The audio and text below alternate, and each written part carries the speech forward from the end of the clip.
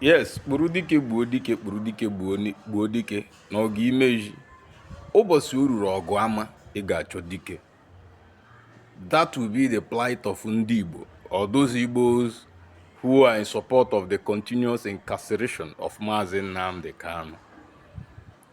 You might see him now as the villain, but Kanu is the necessary evil the Igbo people need to achieve national recognition and importance. The North fears him. The Yorubas fears him. All right? Sometimes you take things by force. You don't need to win their respect. Hence, they fear you. They will let you have what is duly yours. Today, Maazi Nnamdi Kanu will be in court. All right? And he will be defending himself without lawyers. All to himself, with the Nigerian lawyers. Because we all know what is happening.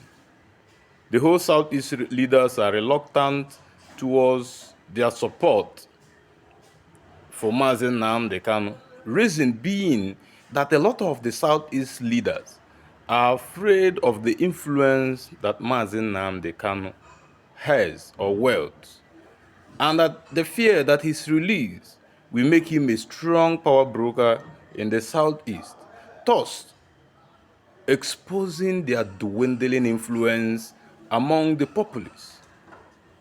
All right? You might be so happy that Nnamdi Kanu, because I know a lot of people are happy that Nnamdi Kanu is continually being detained. All right? I know you are happy, right? If you like, continue being happy. On a very good day, you will look for a man like Maazi Nnamdi Kanu, and you won't see him. The Southeast elite, the Southeast governors are docile. The top businessmen in the Southeast are very docile about the plight of Maazi Nnamdi Kanu, probably because it benefits them. Yes, now, it benefits them. Insurgency on its own is big business. Amaro, you remember what the former president of Nigeria said? He said that if an insurgency exceeds 24 hours, then someone in government is involved.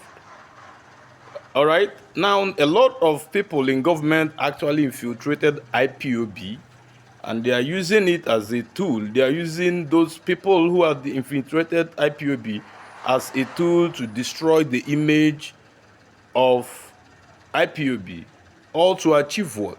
To discredit or water down the influence that Maazi Nnamdi Kanu has wielded over a period of time.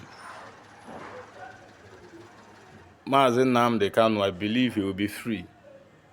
But if you leave it to the Eastern elites, the so-called elites, Maazi Nnamdi Kanu will continually be in detention for the next 10 to 15 years.